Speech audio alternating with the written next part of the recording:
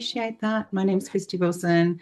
I'm a clinical psychotherapist and a climate and mental health manager at Psychology for a Safe Climate. And I'm joined by Dr. Beth Hill, who's an anthropologist, facilitator, and the programs manager at PSC. I'd also like to make a special mention to our CEO, Dr. Bronwyn Gresham, who really took the deepest dive into this work with us and steered us along with her really compassionate approach to leadership.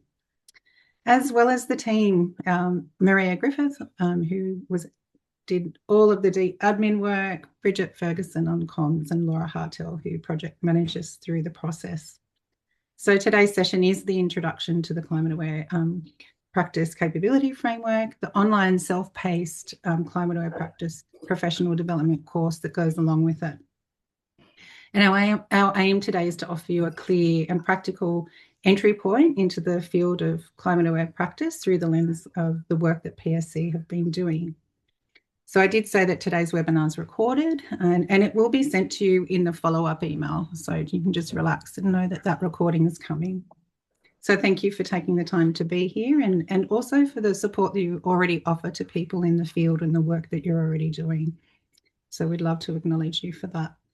I'm just going to hand over to Beth now to start us off with the acknowledgement of country. Thanks, Beth. Thanks, Christy.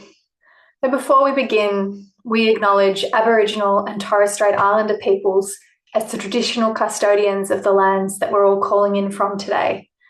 We acknowledge their continuing connection to land, sea, water, sky, and culture from time immemorial. And we pay respect to elders past and present. For me here today, I'm on Wurundjeri land, and so I'd like to specifically acknowledge the Wurundjeri people and their elders past and present. And we acknowledge that Aboriginal and Torres Strait Islander peoples were the first sovereign nations of this continent and its adjacent islands. This sovereignty has never been ceded. And here at PSC, we really acknowledge there can be no climate justice without First Nations justice. Back to you, Christy. Thanks, Beth. So we might kick on with the slides and we'll just have a look at a little bit of an outline of where we'll be travelling to together over the next hour. So this webinar is going to move across 5 main areas. Firstly, we'll be exploring why climate aware practice is becoming essential across mental health settings. Secondly, we'll be introducing the PSC Climate Aware Practice Capability Framework, and that includes the 3 domains and 8 capabilities that underpin the work. Third, we'll be looking at the developmental model that sits underneath the framework, and then we will also be sort of weaving through looking at how the inner work, relational practice and community care are inseparable to this work. And finally, we'll introduce the Climate Aware Mental Health Foundations for Practice online course and the wider professional development pathway.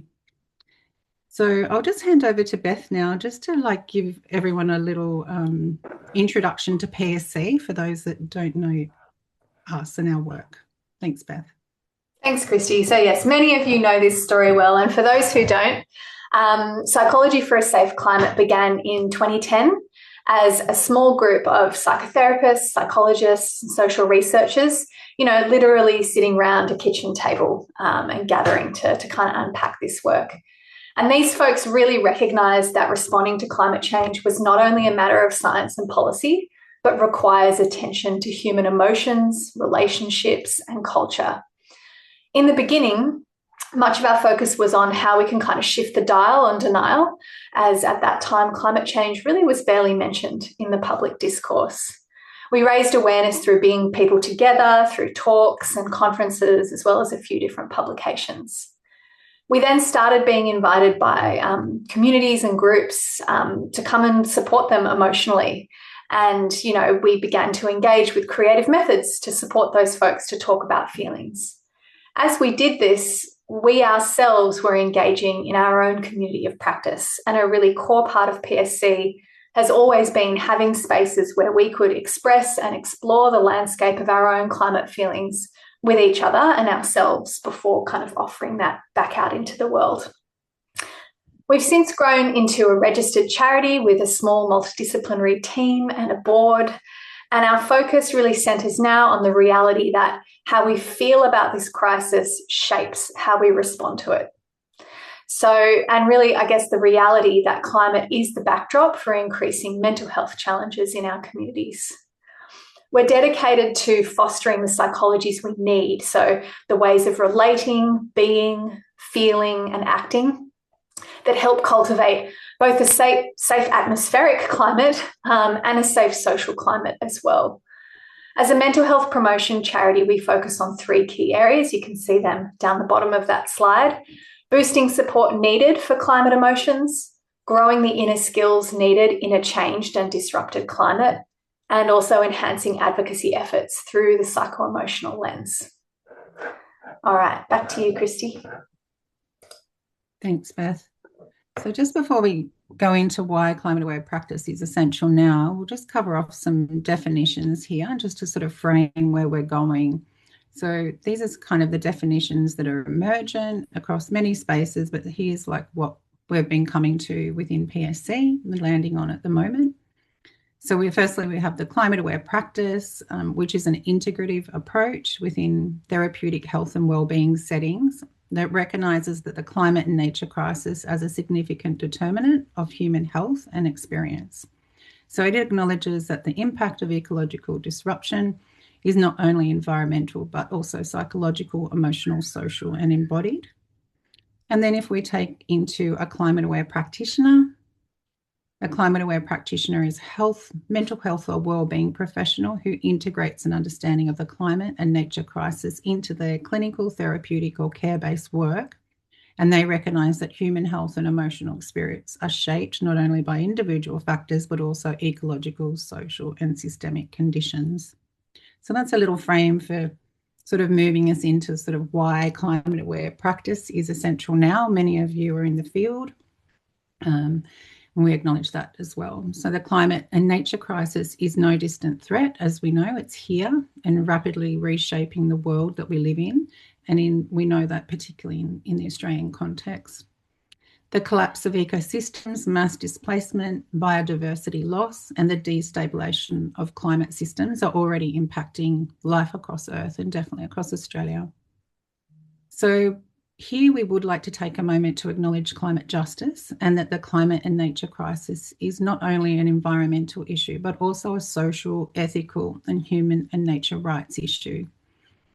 And climate justice recognises that causes and impacts of climate change are unevenly distributed, and that those who have contributed the least to the problems that we're facing are often the most affected and are the most affected. So the climate and nature crisis are also increasingly shaping the psychological landscape of our time. And as people awaken to this reality and these realities, many are experiencing climate distress, moral distress, and a deep uncertainty about the future. So across Australia, the scale of this experience is growing exponentially. And research suggests that about 40% of Australians report some level of eco-anxiety or climate-related distress, while concern is particularly high among younger generations, and where the majority of these young people say that these concerns are already affecting their mental health. Among Australians who experience extreme weather events, 73% reported anxiety symptoms, 49% reported depressive symptoms, and 30% had symptoms of PTSD. 25% had their existing mental health conditions exacerbated.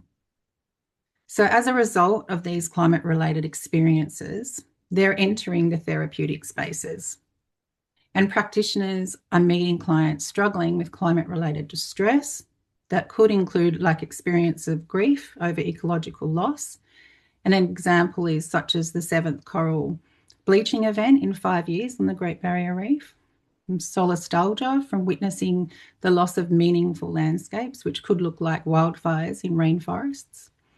Anger at inaction from the government and political leaders, very, very common amongst young people, but also across all age groups. Despair from uncertainty about future generations.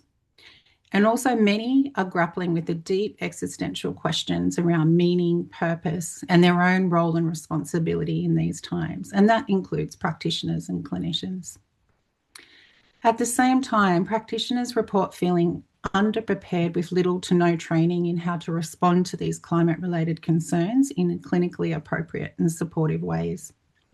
And research has also identified that clinicians themselves may experience forms of secondary climate distress or vicarious ecological distress as they hold these concerns alongside their clients. In the work we do at PSC, we know this to be true. It can also be the case that a practitioner has lived experience and or is the victim of a climate-induced weather event or a disaster, while also at the same time supporting individuals and or their very communities at the same time. Although in transition in many areas, historically, mental health practice primarily has focused on individual symptoms, diagnoses, and personal history.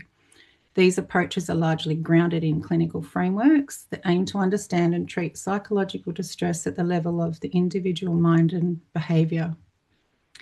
And this is why the emerging field of climate psychology and climate-aware practice expand the lens on mental health to include social, cultural, ecological systems alongside individual experience, recognising that the psychological well-being is inseparable from the health of the living systems and collective futures.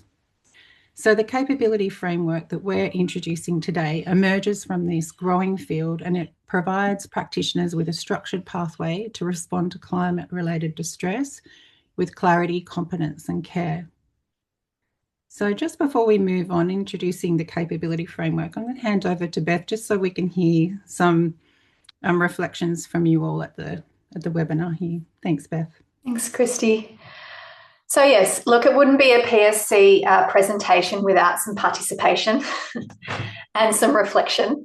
So we just want to take a moment together to consider, where is climate already present in your clinical work and or in your personal life? So inviting you to have a think about this and to generously share this in the chat if you feel to, so that we can read that out and start to get a feel for what are the diverse ways that it's showing up.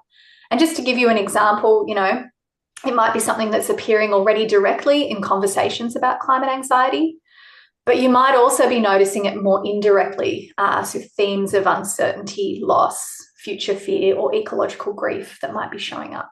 So yeah, just taking a minute or two, share your answer in the chat and we'll read them out. And I'll stop sharing so we can see each other.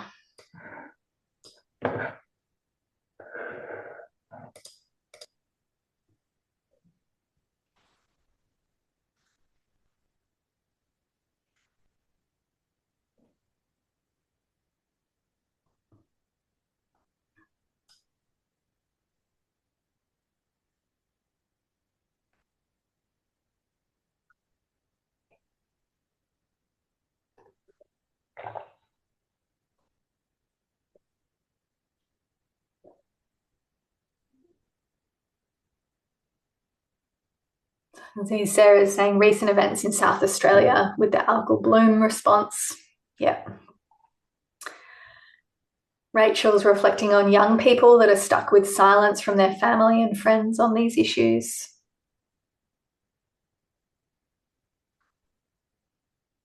Alan's reflecting on significant impact personally.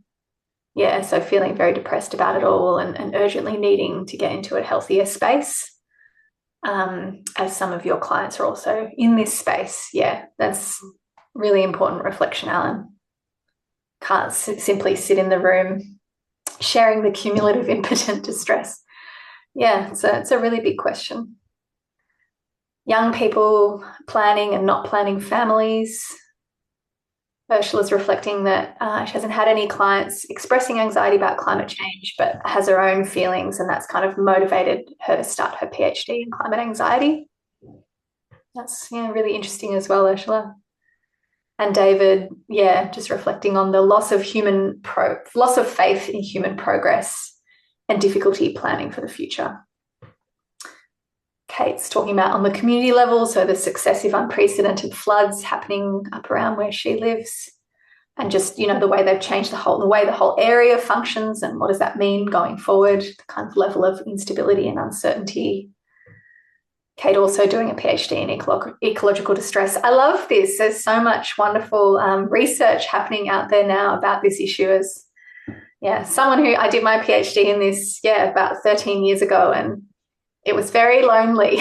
I kind of wish I was doing it now. Thank you so much for those really rich reflections. You can hear even in what everyone's sharing there, just the huge diversity of ways it can show up based on lived experience or social location and and your own interest. Lit's also saying young people reporting a disconnect and alienation from society due to lack of visible leadership on the issues. Unprecedented word unprecedented. Yes, it's out there a lot, isn't it?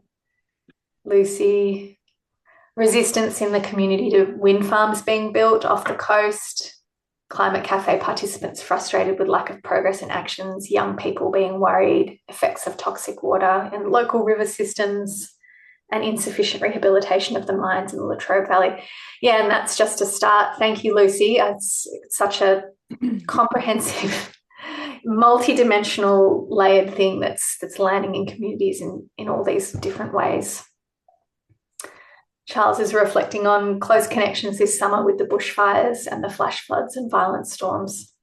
Yeah, so many of us living through these rolling kind of disaster events as well. Christy, did you want to offer any reflections on that? No, I just really appreciate people sharing. It's very personal and very communal, these stories, and it's very important that we do share them with each other. It's supportive not to hold them in isolation. So it really does increase our capacity as practitioners to hold that space for others when we speak to each other. So with that, let's move on. Let's hear the PSC capability framework. So in response to these emerging needs, we have developed a capability framework for climate-aware practice. And this capability framework builds upon more than a decade of specialised climate awareness work by the PSC team with individuals, mental health practitioners, communities, organisations, and the climate and nature movement. It's been developed through a literature review of current climate-aware practice and a consultation process with climate-aware practitioners in the PSC's growing climate-aware practitioner network that you can find on our website. And this framework outlines the knowledges and approaches and the capabilities practitioners may develop in order to respond effectively to climate-related psychological experiences. It's not a linear model or a set of techniques. Instead, it's a developmental framework that helps practitioners orientate themselves within the evolving field. And this framework is designed to build upon practitioners' already rich foundations of professional knowledge and skills and practices, as well as their lived experience, embodied knowing, and spiritual and cultural wisdoms. It recognises that practitioners may enter climate-aware practice at varying levels of capabilities, regardless of their professional experience or time in practice. And this framework is intentionally designed as a living document that will evolve alongside our growing understanding of climate psychology and climate-aware practice. So as the field continues to develop and new research emerges, and we have many people in here researching, thankfully, the framework will be refined, expanded, and adapted. So we present it as a foundation for current practice while actively inviting feedback, critique, and collaborative development. And we request that practitioners and organisations using this framework to share their experience, adaptations, and learnings to contribute to its ongoing evolution. We are also very committed to ensuring that this framework remains responsive to the needs of lived experience, diverse and priority communities experiencing systemic disadvantage. And where we've landed through the process was on 3 domains and 8 capabilities. And these are mapped alongside a developmental journey using the frame of me, we, us, all. So going into, we're going to do a little bit of show and tell to navigate around the framework. The way that we sort of have organised and categorised our capabilities was across 3 domains, and they are core knowledges that you can see there with the light green, and the approaches and tools with the medium green, and the sustainable or regenerative practice along the dark green. And the 8 capabilities that sort of are held within these domains are climate, emotions, and mental health literacy, systemic and intersectional climate awareness, trauma-informed and culturally aware practice, relational and community-centred practice, somatic and embodied approaches, creative and nature-based approaches, narrative and meaning-making, and practitioner self-care and regenerative communities. Each of the 8 capabilities live within, as I said, one of the 3 core domains, and the domains are a category of professional capability that organises the type of knowledge, skill or orientation a practitioner is developing in climate-aware practice. So, for example here, there are 3 capabilities within the first domain of core knowledges. So you can see, again, with the light green, core knowledges, and then you can see the light green in the capabilities, and they are climate, emotions and mental health literacy, systemic and intersectional climate awareness, and trauma-informed and culturally aware practice. And the core knowledges are defined as the practitioner's lens, and they determine what is seen, named and understood in the therapeutic space. Then there's 4 of the capabilities within the second domain of approaches and tools. And this is relational and community-centred practice, somatic and embodied approaches, creative and nature-based approaches, and narrative and meaning-making, falling within the approaches and tools domain. And the approaches and tools are the lived expression of climate-aware practice, and they translate understanding into action, relationship, and intervention. And within the, there's one capability that comes into the regenerative practice, and that is the practitioner self-care and regenerative communities. So you'll see each capability has a description for what developmental pathway would look like based on this framework of me, we, us, all. You can see that off to the right there. You can see the capability, and then you can see the me, we, us, all. And as you may have read in the document, in the page that has a summary of the capabilities, it gives a bird's eye glance with each of the capability and developmental progression. So also, yeah, well, thanks, Beth. And that's the bird's eye view that I was just talking about on the slide there. You can see, you know, the domains off there to the left, colour-coded domains with the headings and the indicators of capabilities nested underneath, and then the foundational me, we, us, all, which are the developmentals. So the first, we're having a look here at the capability 1, and it's the first domain of core knowledges, and it holds the 3 capabilities. And then the first of those capabilities, you'll see they're all mapped out in the document, is climate emotions and mental health literacy.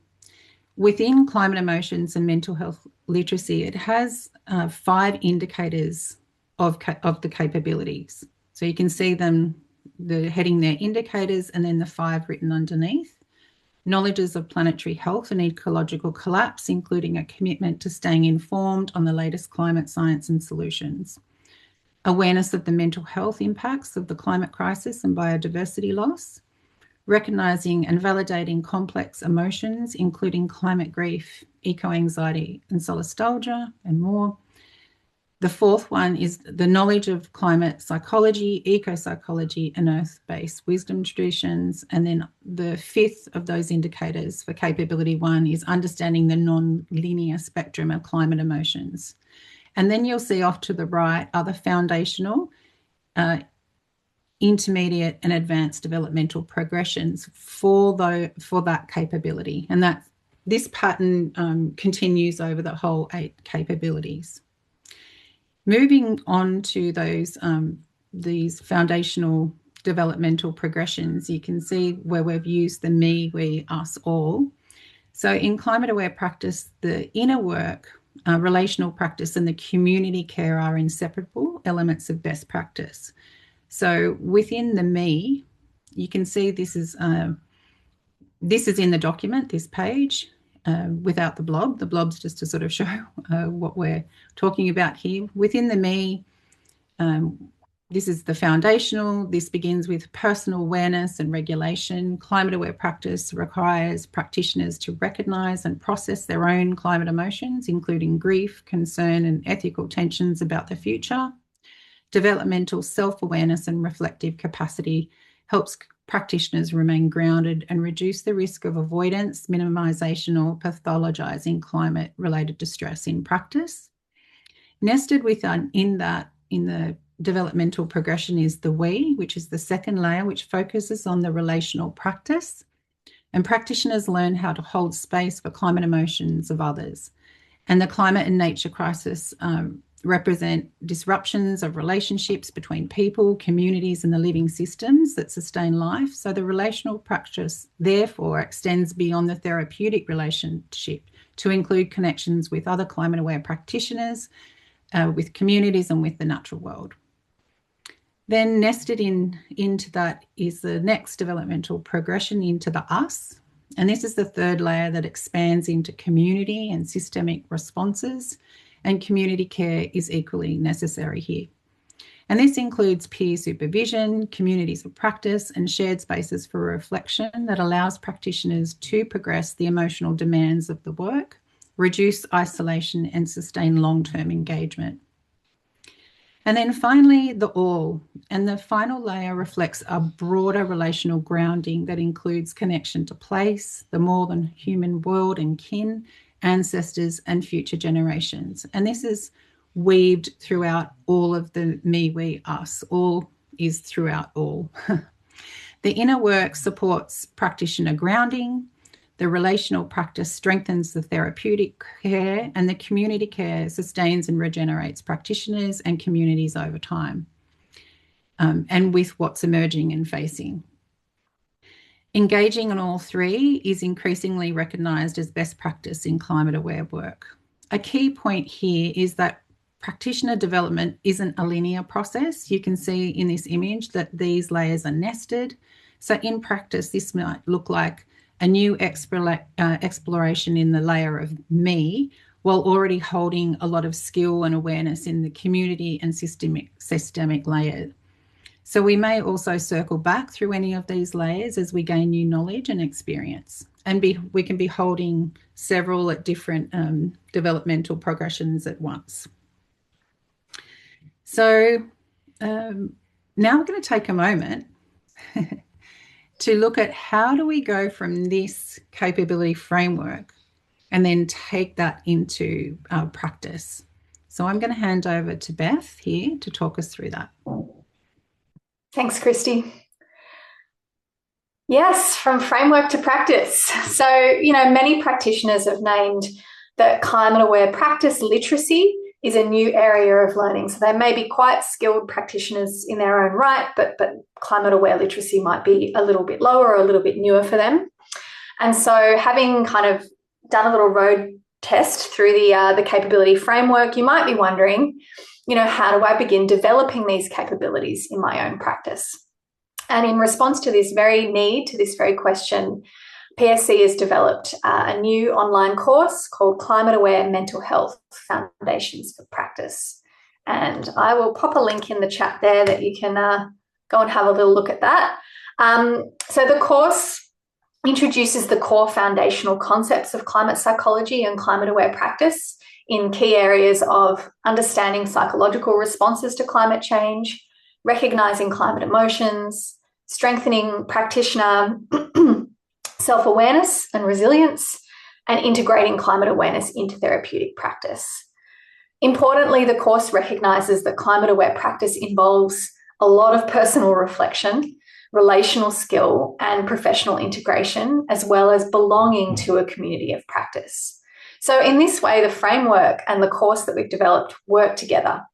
The framework sort of provides the map, and the course provides the learning journey that helps practitioners actually walk the path.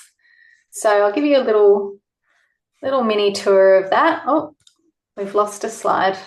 Where's it gone? There it is. Okay. What have I missed in that? Sorry. This is the slide I should have had up while I was sharing that. You can have a look at it later.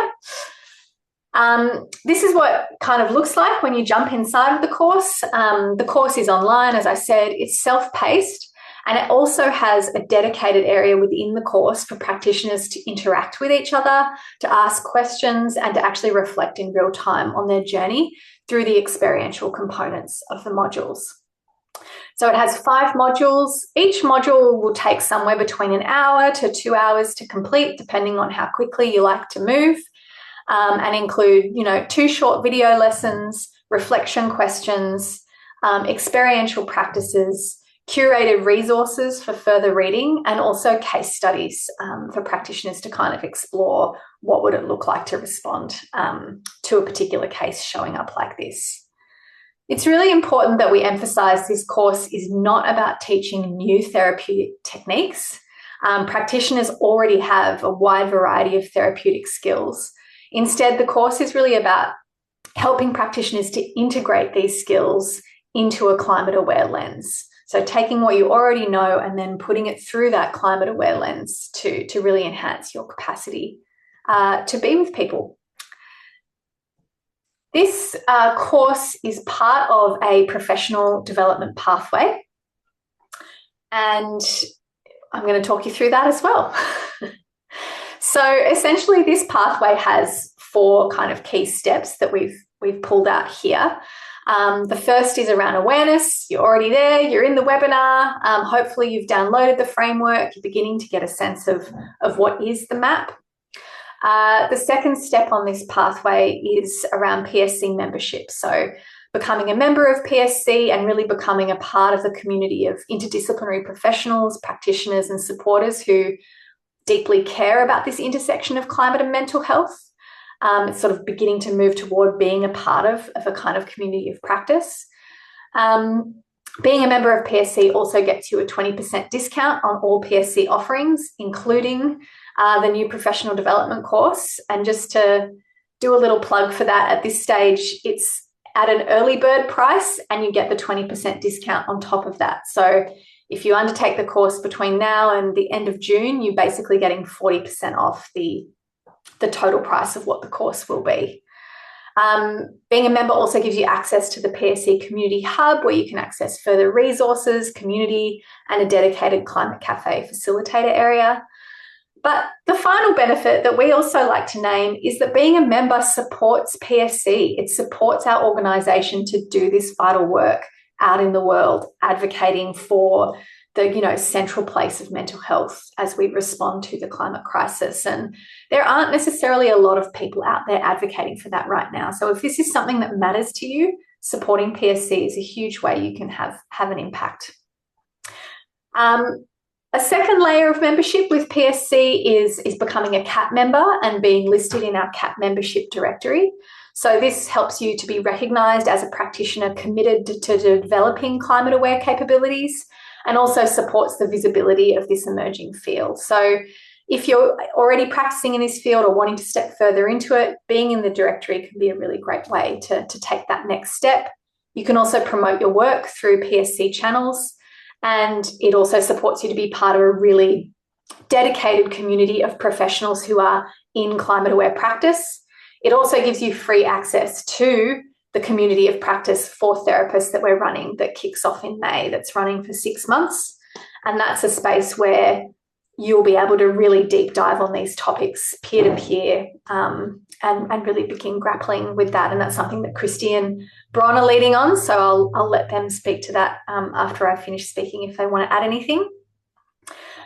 Now, foundational to all of this and not separate from it is the PSC Climate Cafe program.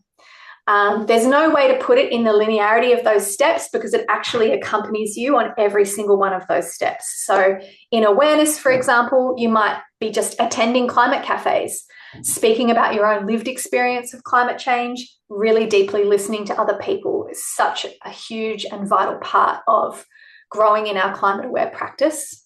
You can also choose to become a climate cafe facilitator, so you can undertake facilitator training with PSC to do that. Start holding your own climate cafes in your own community. And as a part of that, we also have peer support sessions for Climate Cafe facilitators. So, again, participating in that community of practice who are out there engaging with everyday people about this issue all of the time. So, we like to think of the Climate Cafe program as the sort of the really strong foundation underneath this four-step professional development pathway. But ultimately, with all of this, our goal is to build a national community of climate-aware practitioners, a thriving national community. So that's what we're kind of working towards and aiming for here. Christy, if you wanted to speak at all to the community of practice in any more depth, we've got time, and we've also got some time for a Q&A, but I'll just hand back to you. Thank you. Thank you, Beth. We might just unshare those slides so we can see everyone's faces. Yay. There we go. We do have some time with the community of practice. That series is actually up online now, so you can have a read through. We're moving through 6 different themes, and that are very, very related to the capability framework and the online course. So you can check those out there. And as Beth said, like our membership, that's a free space. Like that's where we're doing our community of practice and peer learning. What I think now we've got a bit of time, and which I'm really grateful for. We might open the floor with the agreement that it's a shared space and dialogue. And it'd be really lovely to hear back from some of you, just first impressions, comments, around what there was a lot there. I understand that's why we're sending you the video, but just maybe first impressions around the capability framework, how it might connect to your work, first thoughts, with the understanding that we've only just done the webinar. So no pressure, but it would be great to hear from even all of you, if not some of you. So the floor's open, and we'll just sort of like facilitate this conversation, and then we'll close out right on time. Would anyone like to start us off with a comment or a reflection?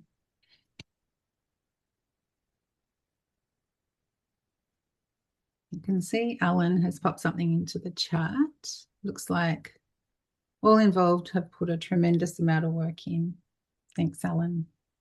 That's true. I'll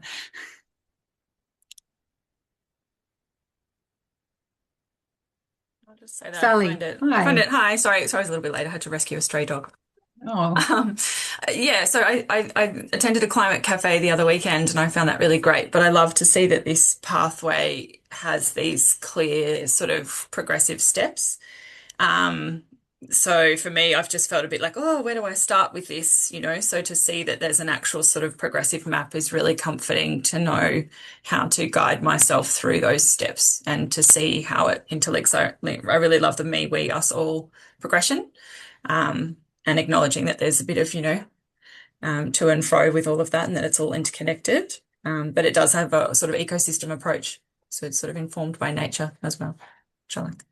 Thanks, Sally. Really love to hear that. It's true. As we sort of grappled and stumbled and fumbled our way through over the last, 15 years, the team individually and within team, there's a body of work building, as well as research, as well as other practitioners' work, and globally. So it actually is massing. And then it's like, where do I go with this? So the intention was to give a little bit of a map, at least what we've done in PSC, so people can go, oh, I can jump in here, there, or, so thank you. That was really lovely to hear that. That's helpful. Hi, Lucy. Hey, there you are. Hey. Hi. Yeah, I really like the diagram, because I'm a very visual person and can see how the 3 domains sort of link with the 8 capabilities. And I guess looking at that, I feel like I'm doing pretty well. I was a bit surprised to see, I feel like I've got something to offer in each of those capabilities, but also can see areas that I can work on. And I guess what went through my head is I'd really appreciate maybe a one-off supervision with one of you, to see how personally I can sort of take this framework forward on my own. And I wondered whether that's something that PSC might consider, some supervision around one-on-one with people, because I'd find that helpful. Firstly, yeah, we know that you've been very involved in PSC, Lucy, and it's so nice to hear that you're feeling like, yeah, I'm across this stuff. And yeah, it really is just a ongoing developmental work because everything's emergent, and that's why the cafes are so, as you know, cafes are so fantastic to be in and facilitating because we're hearing these stories and emergence on the edges all the time and shifting and transitioning and sitting in the complexity of it all.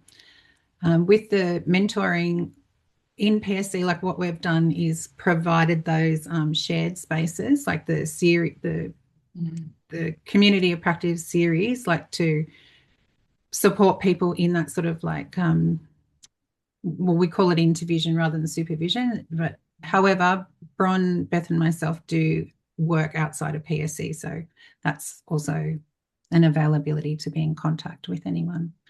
Yeah, we're sort of like a small but mighty team on 20 hours a week each. So we really had to sort of like fill in the community of practice as our best way to do, orientate different practitioners to where they are and where they'd like to move across the developmental progression. Yeah. Yes. Bron said, you're amazing, Lucy, especially how you advocate and are leading cafes in your region. We're so grateful for you. Yeah. How about others? I'd love to hear from you.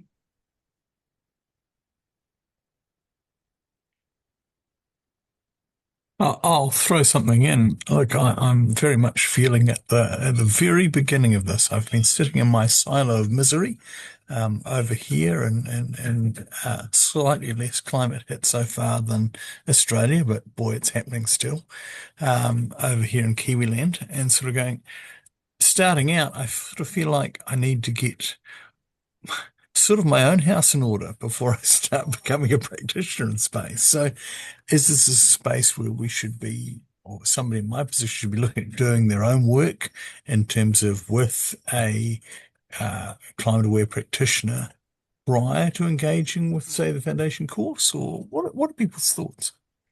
Yeah, thanks, Alan, and welcome is all I can say into the space. And yeah, sitting in that sort of isolation and the misery that you have talked to is an experience of many of us. Like we've come in from different ways and of our own experience of despair or anxiety or all of the feelings. And so, yes, it is good to work one-on-one with someone if you want to work through your climate emotions with the intention to be able to hold the space for others. And it's really good to like enter into a community of practice with other professionals and your colleagues and peers at the same time. We're noticing more and more that would be climate aware best practice to also, you do your individual work, but also be in the community of practice because you're also learning the systemic levels of it and how to hold that sort of group space and be in that group space, which is really important to understand how we want to advocate for autonomy of communities as we go into this emergent space of climate in community, that we can't be there as mental health practitioners on the ground and everywhere. So we really want to, like build up capacity for those who are practicing in various contexts in different places and spaces as mental health practitioners or leaders in community to do the work. So that's really important to have that lived experience and knowledge in our bodies as well, to advocate for that and participate in it. Yeah. But you're very welcome to reach out to, there's the Climate Aware directory there. There's a whole group of practitioners, and you're also welcome to reach out to myself, Bron, or Beth at any time. And yeah, just to add that the foundations course is very much designed for someone coming into this. From what you're describing, Alan, there's a lot of focus on personal reflection and experiential practice and kind of holding you through what that process is. So I would say it's a really great place to start and very complementary to any kind of deeper one-on-one work that you're doing as well. Thank you both for that. That's great. Cheers. How about others? We've got a good 5 minutes to keep the dialogue going. I love hearing back from our community.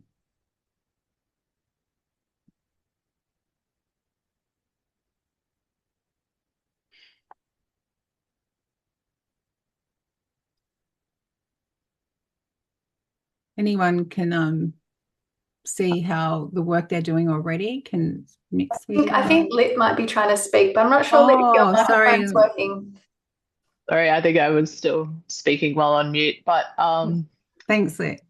I am relatively isolated in my practice and doing private practice, and I am broadly across like quite a few networks, but I think what would be exciting and interesting about this is touching into a community of aligned practitioners. And I think there was something in the presentation about regenerative communities, or that particular phrasing felt very relieving because there's part of me that feels like I need regenerating through working through this work with others. And yeah, probably having a few more spaces where my own experiential feelings can come forward in a really nicely held and structured way rather than just my own journaling or poetry or my own musings. So, yeah, that's what I would look forward to exploring on this development pathway. Yeah, thanks, Let. Yeah, that just speaks to, again, that, like the individual and the community of practice being the best practice, and being able to, like, as a responsibility as a person that's working with people, to really sort of take that kind and compassionate dive into our own experience of this. And there's people, like, as we said in the capability framework, we can move back and forward between it all, because, like, if something happens in our local area that's very significant, we can move back into a different set of emotions and a different lived experience. So we're constantly moving and navigating that space, and that's why it's good to do it with other people. So thank you for your comment. I can see Steph has said, I'm a recent grad arts therapist, and I'm thankful for the work that you have all done so far, and relieved to see a creative and nature-based somatic embodied approaches integrated with the framework. Yes, the arts are what uncover those different dimensions of information, and very important in climate aware work. We can have language without words with the arts. So thank you. We're really interested to hear back from the art therapists. David, I'm not a practitioner and curious to know if everyone else here is at least one climate aware practitioner in their locality that has a practitioner in their locality that they can relate to. If not, how would you find one? Not everyone's a practitioner, David, in the network. There's like community members and educators and researchers. It's very interdisciplinary. We're trying to build that community of practice and the directory of climate aware practitioners, at least that like engage with PSC on the website. You'll see that directory, and that's best place to find, as well as being a member of PSC, and you can type up, hey, I'm in this spot. Is there anyone working here? But thank you. That's a great question. Beth's dropped it in there. And Rachel, the pathway and framework feels a lot clearer, so well done is my main comment. Thanks, Rachel. Well, when the chat moves, it's Aurora. Also, I found this film's modelling and encouraging. Thanks, Aurora. Yeah, Regenerating Australia. Can you post the link to the framework? Okay. Yep, Beth's done that. All right. We've got time sort of for one more comment before we move on to our, thank you. Would anyone like to take that opportunity just to have that comment before we? I'd just like to say thank you to Christy and Beth, and to all the people here who have been here for a long time. We've got a board member, Charles, on the line with us. We have Carol Ann, who's running climate cafes in St Kilda. We've got Aurora who's volunteering and David volunteering, and a student on placement with us, Francie, just to acknowledge this, and Lucy who's doing incredible work. So many of you, sorry if I haven't mentioned you, and Rachel doing excellent work. So there's just so many of you who've been in this work with us for so long, and just thank you for continuing to show up and evolve this work with us. It's really important work. So feeling a lot of gratitude. Oh, thanks, Bron. So yeah, as we sort of move into our close for the webinar, you can see that there's several meaningful ways that you can begin engaging more deeply with climate aware practice with PSC. We'd also like to close by acknowledging that the climate and nature crisis are among the defining challenges of our time, and mental health practitioners have an important role to play in supporting individuals and communities to navigate these realities with care and courage and compassion. So through reflective practice, professional collaboration and community engagement, practitioners can help create spaces where people are able to process different emotions and remain connected to meaning, agency and collective response. So following the webinar, we will be sending participants the recording, and we also will be sending a capability framework feedback form, or orientating to where it is. We've already had some great feedback from the first webinar. Just, like people telling us how it sort of intersects with their work, or just other reflections on the capability framework. So we really encourage that. So your reflections and active participate in this emergent work are extremely valuable, and your feedback helps us to continue to strengthen and refine our professional development offerings in climate aware practice. So thank you again for joining us, and maybe as a way to sort of jump out, we can write in the chat, in relation to your own climate personal and professional journey, what's one thing that resonated in the call today?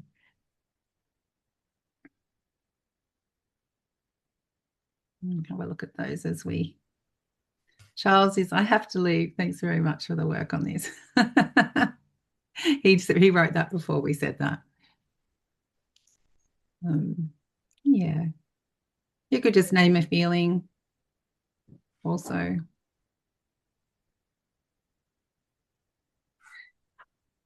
Next steps to feel most useful. Thanks, guys. Thanks, Rachel. Healing happens in community, begins with personal reflection, and this ripples out. Thanks, Sally.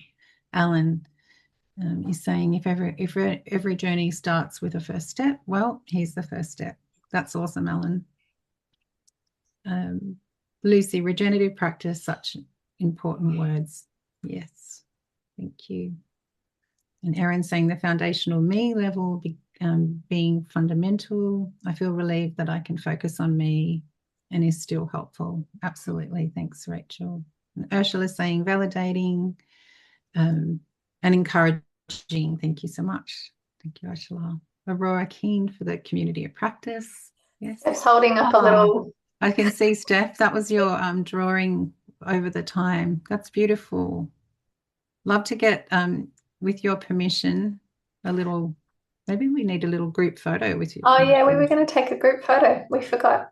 If people want to briefly turn their cameras on, if you want to be in the group photo, if you don't, feel free to keep the camera off. We'll just do a quick little celebratory photo that we'll probably post on our social media, just to let the wider world know, hey, this webinar happened, people came, it was cool.